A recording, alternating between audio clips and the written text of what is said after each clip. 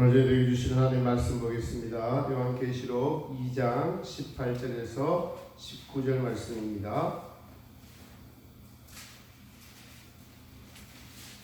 다 같이 합독합니다. 요한계시록 2장 18절에서 19절 말씀 시작. 도아디라 교회의 사자에게 편지하기를 그 눈이 불꽃 같고 그 발이 빛난 주석과 같은 하나님의 아들이 가라사대 내가 내 사업과 사랑과 믿음과 섬김과 인내를 아노니 내 나중 행위가 처음 것보다 많도다. 아멘.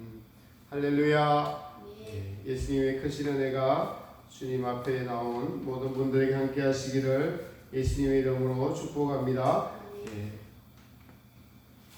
올 한 해는 어떻게 지나갔는지 모르게 벌써 마지막 주입니다. 12월 27일 마지막 주가 되었습니다.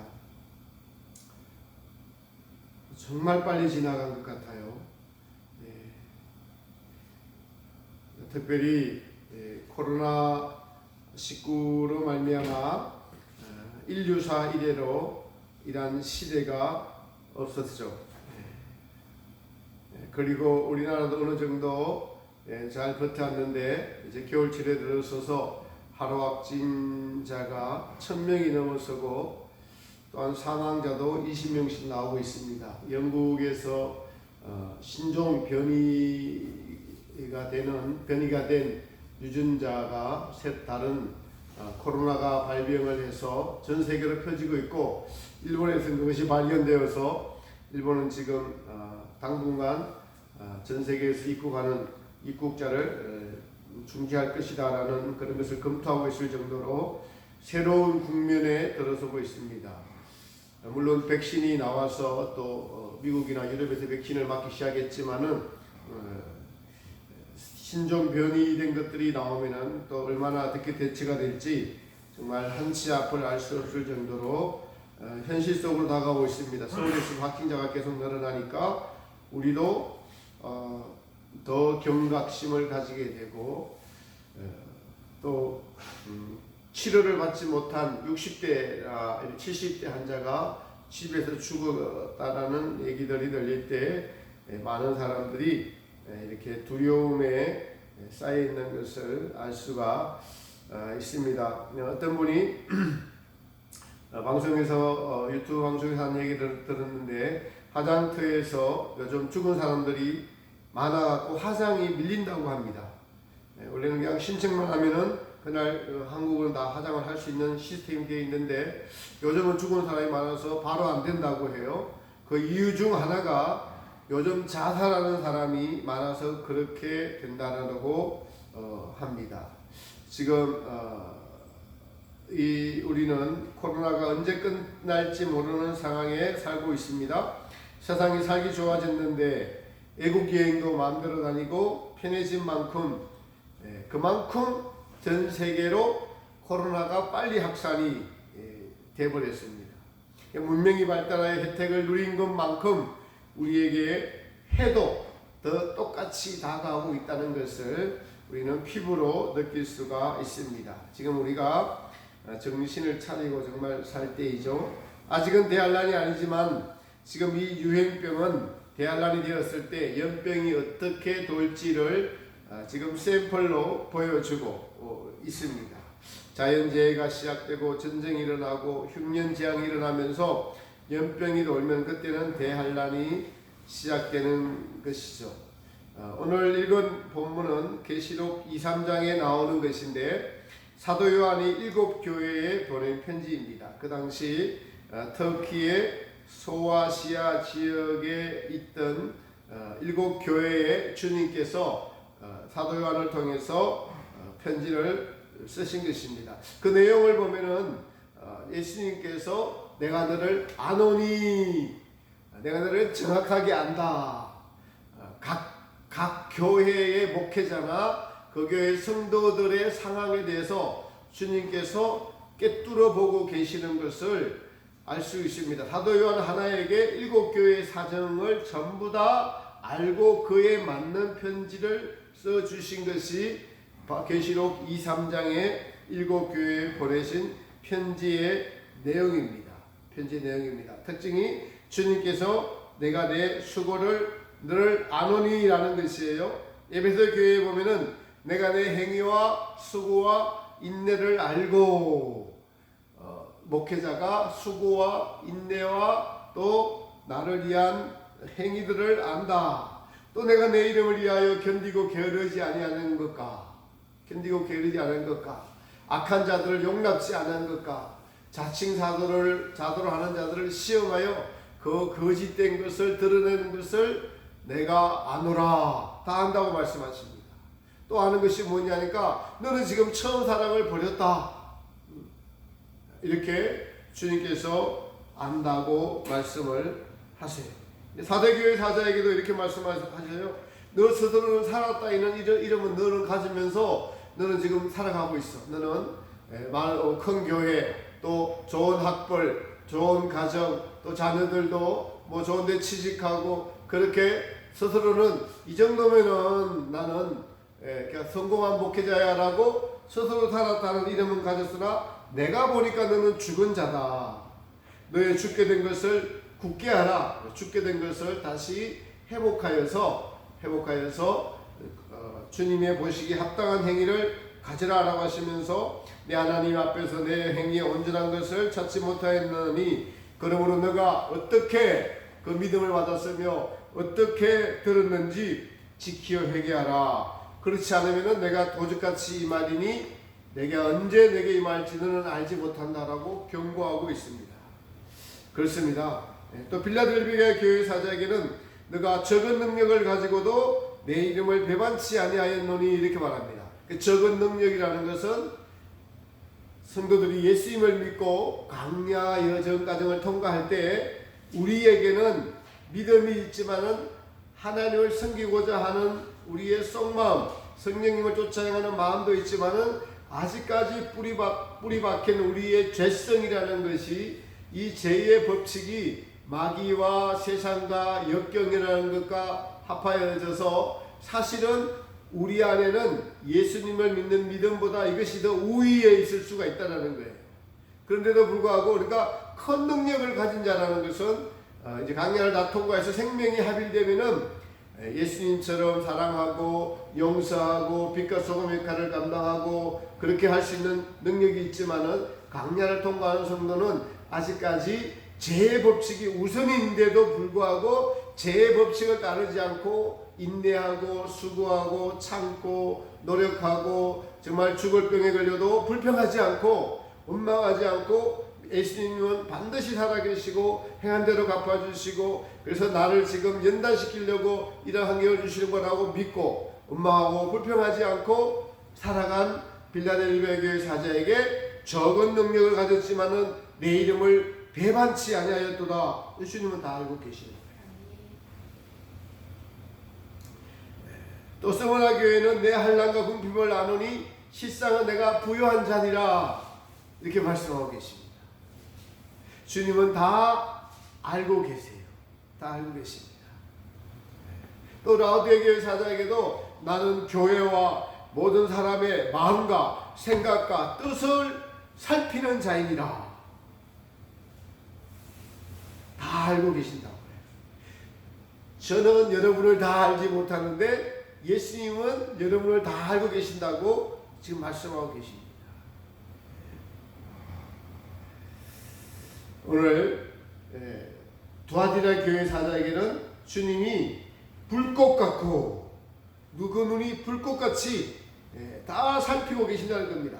발이 빛난 주술과 같은 바로 십자가에 못 박히고 제자들을 데리시고 유대 땅에 복음을 전하시러 다녔던 그 발이 사도 요한에 보니까 빛난 주술과 같은 발이고 눈은 불꽃같이 모든 것을 천상천하의 모든 것을 다 지켜보고 계시는 주님이시다라는 것입니다. 그런데 그분이 두아디라 교회 사자에게 뭐라고 말씀하십니까? 내가 내 사업과 사랑과 믿음과 섬김과 인내를 아노니 안다라는 것이에요. 그런데 그 모든 것들을 아는데 내 나중 행위가 처음 행위보다 어떻게 했다고요? 많도다.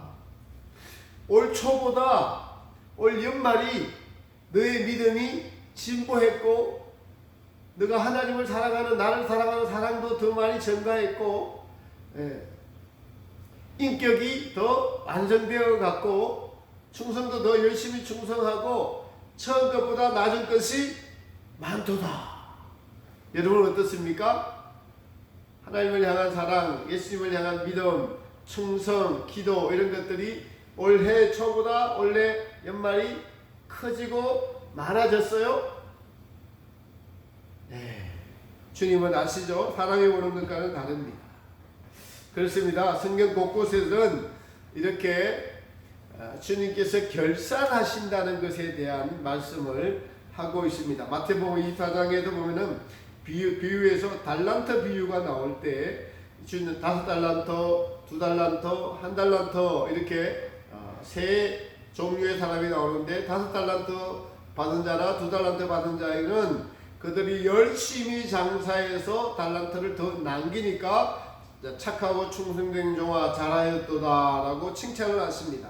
그러나 1달란트 받은 종은 뭐라고 말씀했습니까? 그 받은 달란트를 땅에 파묻어 두고 주인에게 이렇게 말합니다. 당신은 굳은 사람이라 당신이 심지 않은 데서 거두고 이렇게 말씀하면서 주님을 위해서 아무 일도 하지 않았습니다.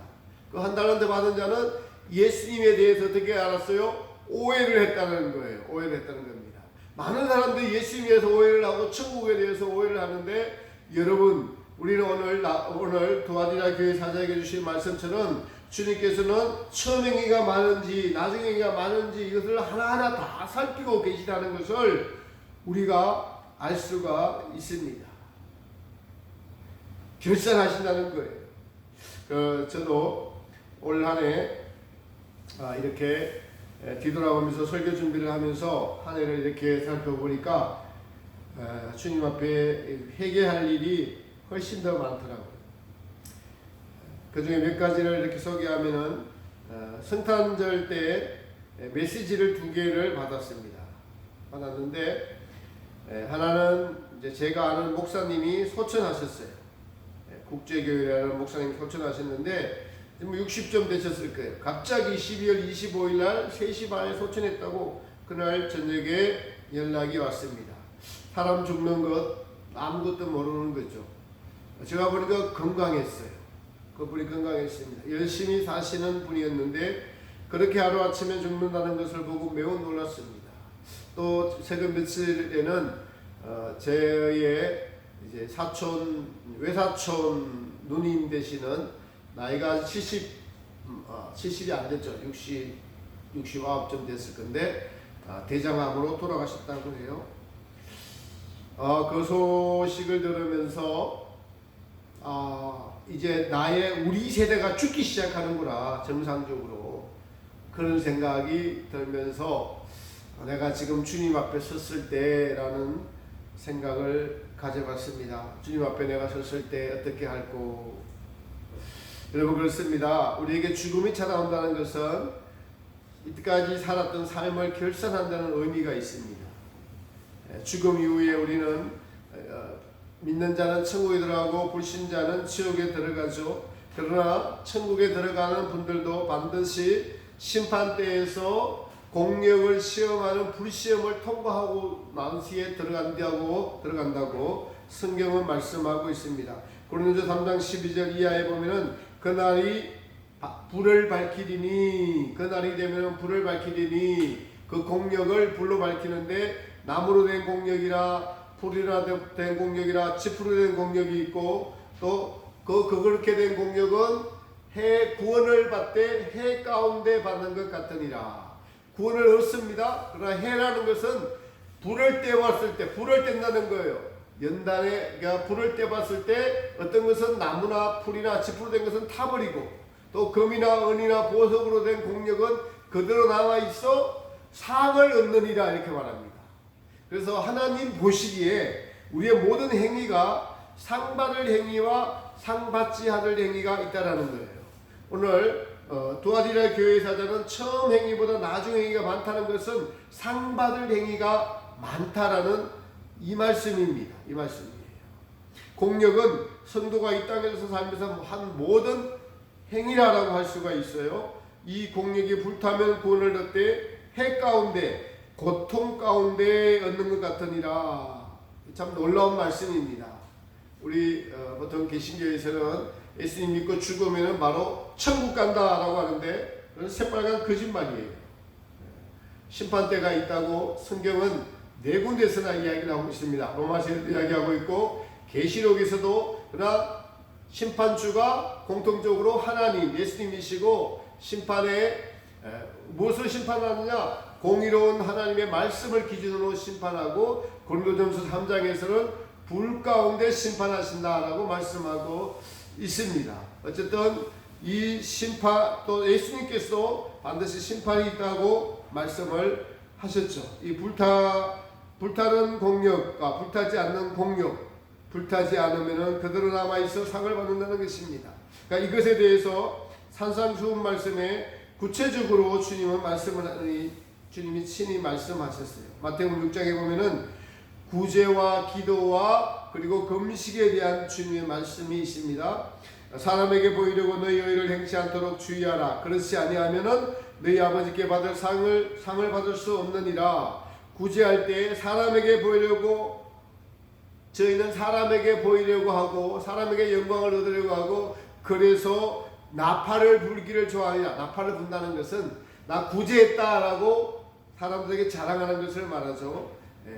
기도할 때 길거리에 서서 저희들은 사람에게 보이기를 좋아하느니라. 그런데 자기는 자기 상을 이미 받았느니라. 말을 하고 행위를 하고 구제를 하고 기도를 할 때 사람에게 보이려고 기도한 것은 전부 다 자기 만족을 위해 기도했으므로 상을 받았느니라. 바로 결산할 때 상이 아무것도 없다라는 거예요. 여러분 우리 여기 계시는 분들도 1년 결산을 하죠. 우리 회사는 그렇잖아요. 요즘은 연봉제입니다. 그래서 1년 동안 어떻게 한 것에 대한 평가를 해서 그 다음에 연봉을 결정을 하잖아요. 똑같은 이치죠. 똑같은 이치입니다. 그 똑같은 이치예요. 반드시 주님도 결산한다라는 것이에요. 그러시면서 어떻게 하라고 말씀하시냐니까 구제는 어떻게 해야 되느냐? 내 오른손이 하는 일을 왼손이 모르게 하라. 은밀히 보시는 내 아버지께서 갚으시리라. 사실은 이 말씀은 매우 어렵습니다. 오른손이 하는 일을 왼손이 모르게 할 정도로까지라는 것은 너희가 이러한 사람이 되라는 것인데 이것은 구제하는 것을 마땅하게 생각하라는 거예요. 조금이라도 아까운 마음이 들면은 왼손이 하는 일을 오른손이 모를까요? 알죠. 그냥 구제하는 것, 누가 불쌍한 사람이 있으면은 도와주는 게 마땅한 거예요. 여러분, 우리가 배고프면 밥 먹는 게 마땅한 일이죠. 그래서 3일 전에 하루 종일 뭐 먹었는지 다 기억하세요? 모르죠. 한 달 전에 뭐 먹었는지 다 기억하세요? 모르죠. 그것처럼 먹는 것이 마땅한 것처럼 우리가 구제하고 이웃을 사랑하는 것이 마땅한 자가 되면은 천국에서 상이 많을 뿐만 아니라 사실은 그 사람의 마음에 천국이 온전히 이루어진 거예요. 거기까지 천국에 가기까지 도달하는 것입니다. 또 기도할 때도 뭐라고 말씀하세요? 골방에 들어가 문을 닫고 기도하라. 은밀히 영에 보시는 내 아버지께서 갚으시리라. 은밀히 보시는 누구를? 아버지를 인식하고 기도하라는 겁니다. 여러분, 여기서 우리는 주님의 결산 때 이러한 성경의 주님의 말씀을 기준으로 결산하신다는 사실을 알아야 됩니다. 결산의 시기는 죽음 이후에 있습니다. 누구에게나 결산은 다가옵니다. 지혜 있는 자는 이러한 것을 잘 준비하는 자들이겠죠. 여기서 결산을 잘 한다는 것은 우리에게 세월이라는 이 시간과 공간과 그래서 믿음을 지키라는 어려운 환경과 때로는 순경의 환경 속에서도 성경의 환경이 그것을 세상을 즐기라는 것이 아니라 그런 환경 가운데 하나님께 감사하고 이웃을 사랑하고 돕고 그렇게 살아가는 환경, 이러한 환경, 역경의 환경과 순경의 환경을 주심은 내 사업과 믿음과 섬김과 인내를 더해 가라고 주시는 하나님의 우리를 향한 배려, 시간이라는 사실이에요. 우리의 믿음 여기서 성장해져야 되는 것이죠. 처음 행위가 나중 행위보다 더 많아져야 된다는 것이에요. 이것이 믿음이 성장해 가고 있다는 증거고, 우리의 믿음이 성장해 간다는 것을 말씀하고 있습니다. 성탄절 때에 온 하나의 문자, 또 하나의 문자는 어느 전도사님으로부터 온 문자였습니다. 작년에 저하고 처음으로 뵙고 저희 신학원을 소개시키시고 저희 교회를 아수 성경 공부를 몇 차례 참여하시고, 그래서 신학원을 소개시키시고 한 학기 다니시다가 이제 봄학기 다니시고 그만두셨는데, 그분이 정말 열심히 제가 보니까 사시더라고요. 이야기를 들어보니까 집안 상황이 매우 어려운 영적인 어려움을 겪고 있는 분이셨어요. 자기 기준을 가지고 열심히 살았습니다. 그래서 순복음 신학교도 나오시고 또 나름대로 충성하고 헌신하고 봉사하고 살았는데, 결과는 가정이 많이 어려웠어요. 남편과의 관계도 어렵고 또 자녀들로부터도 온전히 인정을 받지 못하고 있는 이런 영적인 어려움을 겪고 있어서 너무너무 괴로워하시는 거예요. 그래서 어제 문자에 뭐라고 하시냐 보니까, 목사님 정말 죄송합니다. 학기를 마치셨을 때 너무 괴로워서 아무하고도 연락하지 않았다고 그렇게 연락이 왔는데, 크리스마스 때 저한테 문자가 왔어요. 문자가 와서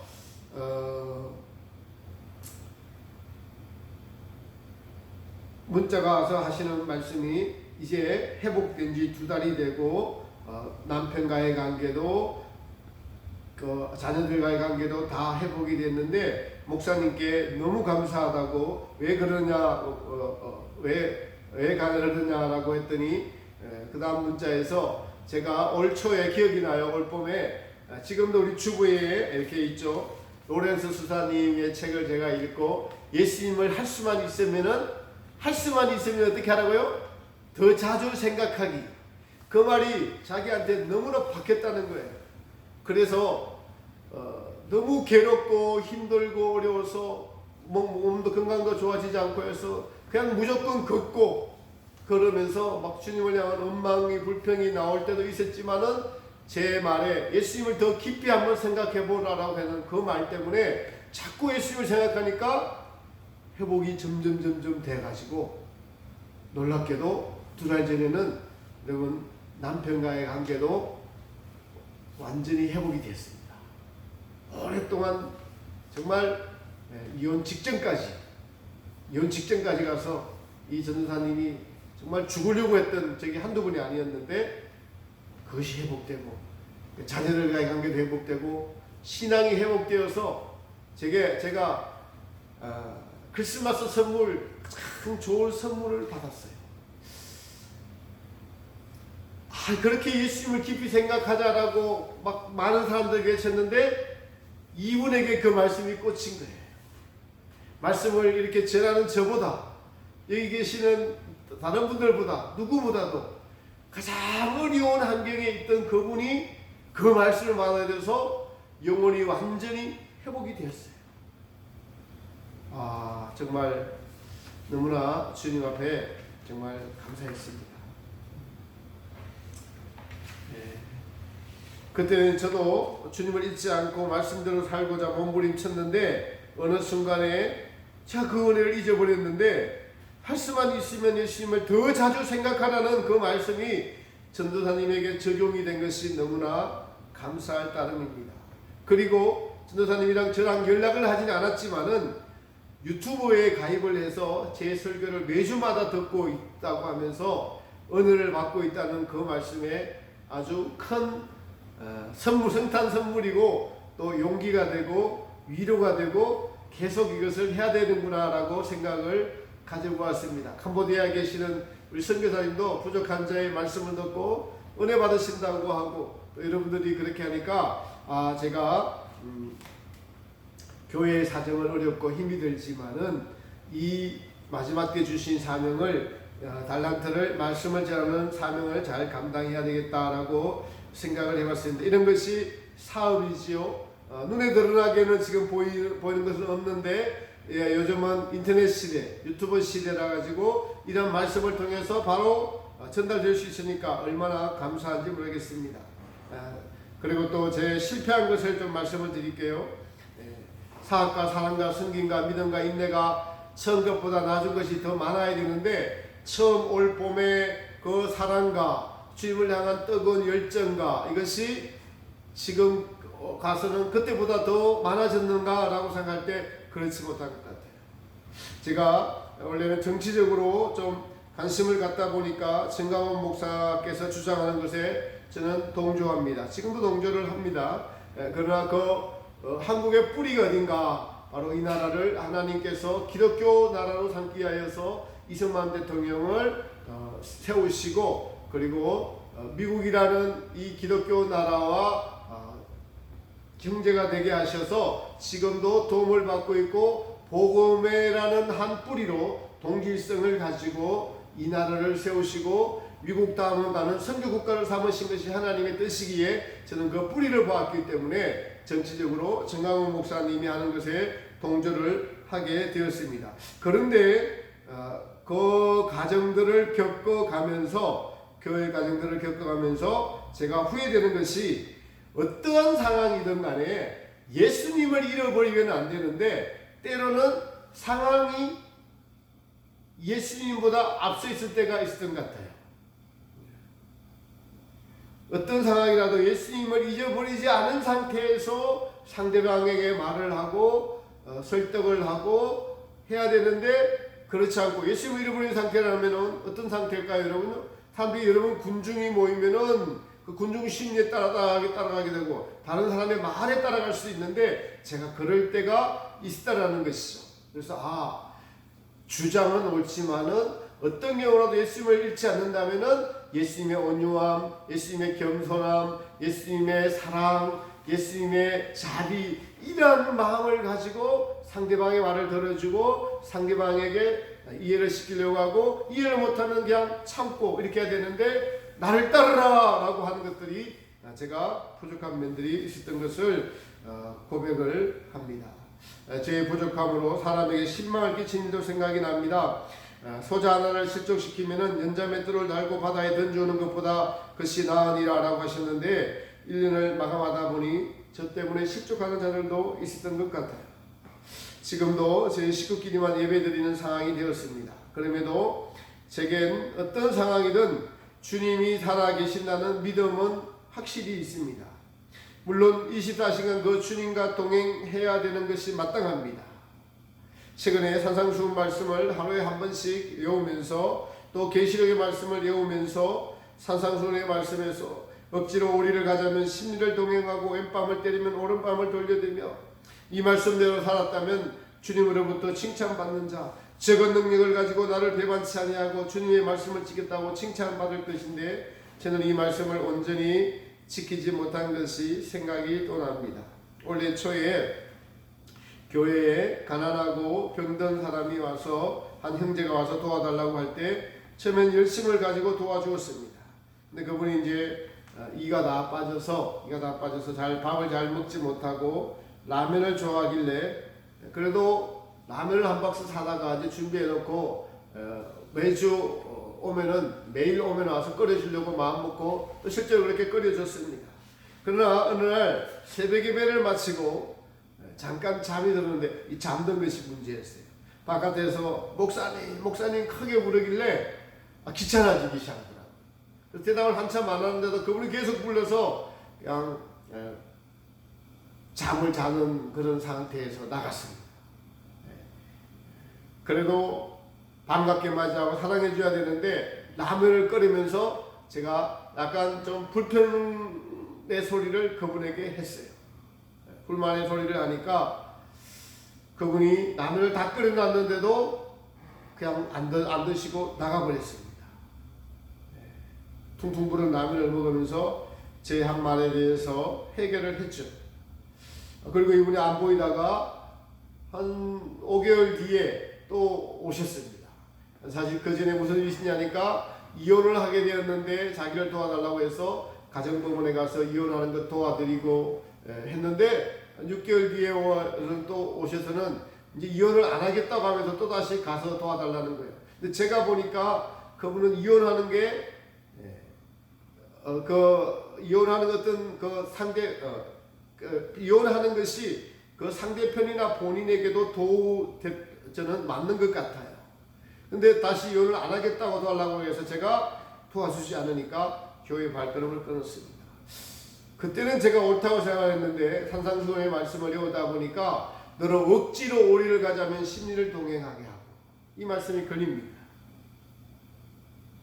기회가 자주 오는 것이 아닌데 하늘을 마감하다 보니까 이렇게 실패한 것들, 주님 뜻대로 살지 못하는 것들이 떠오릅니다. 내 나중 행위가 처음 행위보다 많으려면 우리의 희생, 우리의 사랑이 반드시 필요하죠.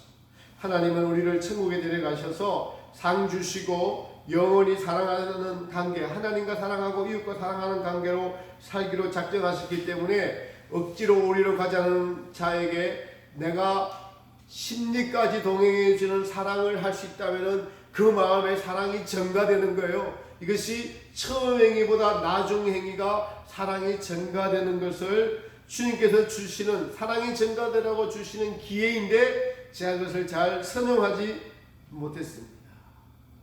여러분, 그렇습니다. 주님이 여러분 이 땅에서 주님의 뜻대로 믿음 생활을 하는 분들이라면은 주님을 향한 사랑과 이웃을 향한 사랑이 반드시 더 깊어지고 넓어지는 체험을 하는 것입니다.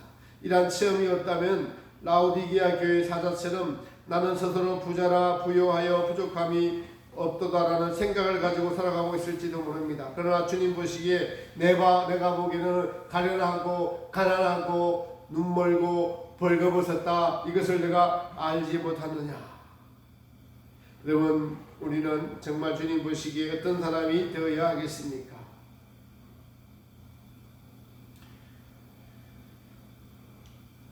여러분 중에 이런 말씀 하지 않았어요? 어떤 분은 주님 보시기에 부끄러워서 지금 주님 앞에 가서 설 수 없는 자야.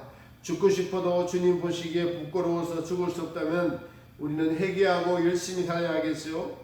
그렇습니다. 지금 상황은 나라의 상황과 교회의 상황과 개인의 상황이 매우 어렵지만은 반대로는 인내의 말씀을 지킬 수 있는 좋은 기회입니다. 말씀의 결론을 맺습니다. 2020년은 혼돈의 시대였습니다. 그리고 이 혼돈은 당분간 계속되어질 것입니다. 아니, 상황이 더 나빠질 수도 있어요. 이럴 때에 우리는 믿음을 지킬 수 있는 기회입니다. 믿음은 모든 상황이 안전하고 평안하고 할 때보다 역경의 환경, 예배드리기 어렵고 예배드리는 것이 무슨 죄인양 되어버린 이 시대와 시기에 예배를 소중히 여기면서 여러분 한 영혼이라도 사랑하고 빛과